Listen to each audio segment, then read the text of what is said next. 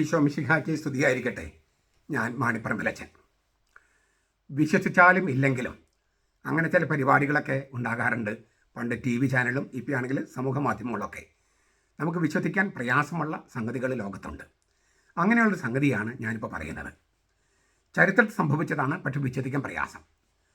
അരാഗോണിലെ രാജാവായിരുന്ന ജെയിംസ് ഒന്നാമൻ്റെ കുമ്പസാരക്കാരനായിരുന്നു ആ വൈദികൻ. ക്രിസ്തുധർമ്മം സ്വീകരിച്ചവരെ സഹായിക്കാനായി മയോറസ ദ്വീപിലേക്ക് പോയ രാജാവ് കപ്പലിൽ യാത്ര ചെയ്യുമ്പോൾ ഒരു വെപ്പാട്ടിയെയും കൊണ്ടുപോയിരുന്നു. ശ്രീമതിയെ ഉപേക്ഷിക്കണമെന്നും പാപത്തിൽ നിന്നും പിന്തിരിയണമെന്നും ഈ കുമ്പസാരക്കാരനായ വൈദികൻ രാജാവിനോട് പറഞ്ഞു. ഇല്ലെങ്കിൽ താൻ തിരിച്ചു പോകുമെന്നും വൈദികൻ രാജാവിനെ അറിയിച്ചു. രാജാവ് വിസമ്മതിച്ചു. തിരിച്ചു പോകാൻ ആഗ്രഹിച്ച വൈദികനെ ഏതെങ്കിലും കപ്പിത്താൻ സഹായിച്ചാൽ അവരെ കൊന്നുകളയുമെന്ന് രാജാവ് ഭീഷണിപ്പെടുത്തി. തൻ്റെ സുഹൃത്തായ വൈദികനോട് ഈ പറഞ്ഞ വൈദികൻ പറഞ്ഞു, ഈ രാജാവിനെ പരാജയപ്പെടുത്തി സ്വർഗത്തിൻ്റെ രാജാവ് എനിക്കൊരു വള്ളം അയച്ചു തരുന്നത് നിങ്ങൾ ഉടനെ കാണും. പിന്നെ അദ്ദേഹം തൻ്റെ കുർബാന കുപ്പായം കാപ്പയെടുത്ത് വെള്ളത്തിലിട്ടു. കാപ്പയുടെ മറ്റേ അറ്റം തൻ്റെ ഊന്നുവടിയിൽ കെട്ടി. ശരിയൊരു കപ്പൽ പായ്മരം പോലെ തോന്നിച്ചു ഇത്. തൻ്റെ വൈദിക സുഹൃത്തിനോട് ആ കപ്പലിലേക്ക് ഈ കാപ്പ തുണി വെള്ളത്തിലിട്ടിരിക്കുന്ന തുണിയിലേക്ക് കാലെടുത്ത് വെക്കാൻ ഈ വൈദികൻ പറഞ്ഞു. അത്ര വിശ്വാസത്തിൽ അത്ര ആഴമില്ലാതിരുന്ന ആ വൈദിക സുഹൃത്ത് മടിച്ചു. അപ്പോൾ ഈ വൈദികൻ എന്ത് ചെയ്തു? ആ സുഹൃത്തിനോട് യാത്ര ചൊല്ലി ആ കാപ്പയിലേക്ക്, ഈ പായ്ക്കപ്പൽ പോലെ തോന്നിക്കുന്ന കാപ്പയിലേക്ക് കാലെടുത്ത് വെച്ചു. 6 മണിക്കൂറുകൾ കൊണ്ട് 160 മൈലുകൾ 250 കിലോമീറ്ററിന് മേലെ യാത്ര ചെയ്ത് അദ്ദേഹം സ്പെയിനിലെ ബാഴ്സലോണയിലെത്തി. കപ്പലിലുള്ളവരും കരയിലുള്ളവരും ആ അത്ഭുതം കണ്ടു. അവർ പിന്നാലെ പോയിണ്ടാവും. രാജാവ് ഉടനെ തൻ്റെ പാപത്തിൽ നിന്നും പിന്തിരിഞ്ഞ് നല്ലവനായി ജീവിക്കാൻ തുടങ്ങി. അങ്ങനെ കാപ്പ കപ്പൽ പോലെ അല്ലെങ്കിൽ പായ്ക്കപ്പൽ പോലെ ആക്കി, വള്ളം പോലെ ആക്കി ബാഴ്സലോണയിലേക്ക് തിരിച്ചു വന്ന ആ വൈദികൻ്റെ തിരുനാളാണ് നമ്മൾ ഇന്ന് ആഘോഷിക്കുന്നത്. ആ വൈദികൻ്റെ പേരാണ് റെയ്മണ്ട് പെന്യാഫോർട്ട്. സ്പെയിനിൽ നിന്നുള്ള ഡൊമിനിക്കൻ വൈദികനാണ്. 1175 അദ്ദേഹം ജനിച്ചു. 275 അദ്ദേഹം മരിച്ചത്. കാനൻ നിയമജ്ഞരുടെ പാലക പുണ്യാളനാണ്. ബാഴ്സലോണയ്ക്ക് സമീപമുള്ള ഒരു പട്ടണത്തിൽ 1175 അദ്ദേഹം ജനിച്ചത്. പ്രഭു കുടുംബത്തിൽ അംഗമായിരുന്നു. ദേശരാഷ്ട്രത്തിൻ്റെ നിയമത്തിലും സഭാ നിയമത്തിലും ബൊളോഞ്ഞ കലാലയത്തിൽ നിന്ന് ഡോക്ടറേറ്റ് നേടി. 1195 മുതൽ 1222 വരെ കാനൻ നിയമം പഠിപ്പിച്ചിരുന്നു. കലാലയത്തിലെ കാനൻ നിയമ ഫാക്കൽറ്റിയുടെ അധ്യക്ഷനുമായിരുന്നു. എന്നാൽ 1222 ഡൊമിനിക്കൻ സന്യാസ സമൂഹത്തെ പരിചയപ്പെടാൻ സാധിച്ചു. 47 വയസ്സിൽ അദ്ദേഹം സന്യാസ വസ്ത്രം സ്വീകരിച്ചു.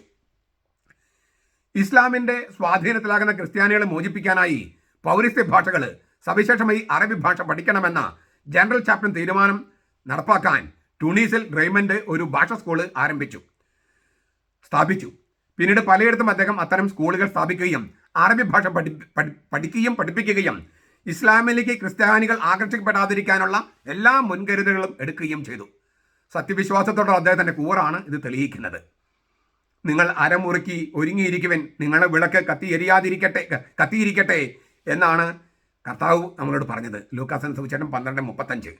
അനീതിക്കെതിരെ എപ്പോഴും നിലപാടെടുക്കുകയും സമൂഹത്തിൽ ധാർമ്മികത പുലരാൻ ജാഗ്രത പുലർത്തുകയും സത്യവിശ്വാസം സ്വീകരിച്ചവര് മറ്റു മതങ്ങളിലേക്ക് ആകർഷിക്കപ്പെട്ട് വിശ്വാസം ത്യജിക്കുന്ന തരത്തിൽ വിശ്വാസത്യാഗം ഉണ്ടാകാതിരിക്കാനുള്ള മുൻകരുതൽ എടുക്കുകയും ചെയ്ത വലിയ വിശുദ്ധൻ ഇന്ന് നമുക്കെല്ലാം സഭയ്ക്കൊക്കെ വലിയ മാതൃകയാണ്.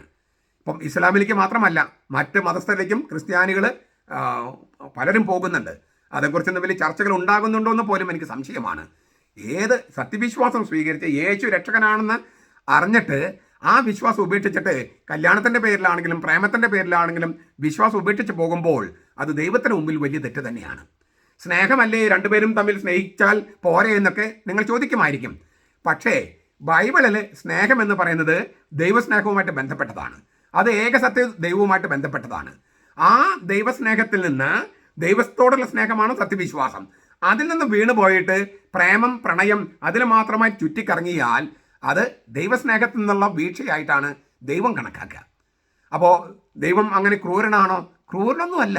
പക്ഷേ ഈ ഏകസത്യ ദൈവത്തെ തിരിച്ചറിഞ്ഞിട്ട് അങ്ങനെ വിശ്വസിക്കാത്ത അല്ലെങ്കിൽ വിഗ്രഹങ്ങളെ ദേവന്മാരായിട്ട് കണക്കാക്കുന്ന അനേകം ദേവന്മാരുണ്ടെന്ന് വിശ്വസിക്കുന്ന അല്ലെങ്കിൽ കഠിനമായ ഈ മതഭീകരത വച്ചു പുലർത്തുന്ന ആ സമൂഹങ്ങളിലേക്ക് പോകുമ്പോൾ തീർച്ചയായിട്ടും അത് ഈ പോകുന്നവരുടെ നാശത്തിന് കാരണമാകുമെന്നതുകൊണ്ടാണ് അങ്ങനെ സംഭവിക്കരുത് എന്ന് കർത്താവ് പറയുന്നത്.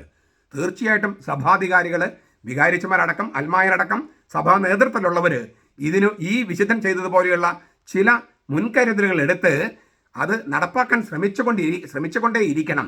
കാരണം ശത്രു എപ്പോഴും അല്ലേ ജാഗ്രത പുലർത്തുകയാണ്. നമ്മളാണ് ജാഗ്രതയിൽ കുറവ്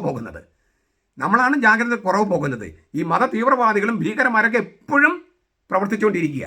നമ്മളെ ഇടയ്ക്ക് സമാധാനം വരുമ്പോൾ നമ്മൾക്ക് നമ്മുടെ തീക്ഷ്ണതകൾ കുറയും. അപ്പോൾ നമ്മൾ ചതിക്കുടികളിൽ വീഴാൻ സാധ്യതയുണ്ട്. അങ്ങനെ സംഭവിക്കാതിരിക്കാൻ ഈ വിശുദ്ധന തിരുനാൾ ദിവസം നമുക്കൊരു തീരുമാനമെടുക്കാം. അത് മാതാപിതാക്കൾ മക്കളെ അത് പറഞ്ഞ് ബോധ്യപ്പെടുത്തണം. അത് ചെറുപ്പത്തിൽ തൊട്ടേ ചെയ്യണം. ഇങ്ങനെ പോകുന്നതിൻ്റെ അപകടം പറഞ്ഞ് മനസ്സിലാക്കണം.